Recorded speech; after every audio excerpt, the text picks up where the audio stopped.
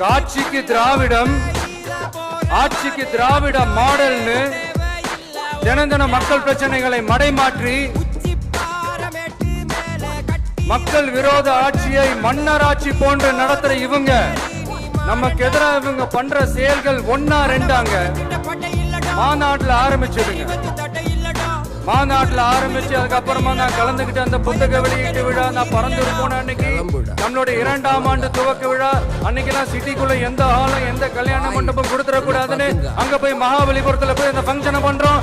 ஏன் இன்னைக்கு பொதுக்குழு வரைக்கும் எங்கெல்லாம் எப்படியெல்லாம் தடைகள்.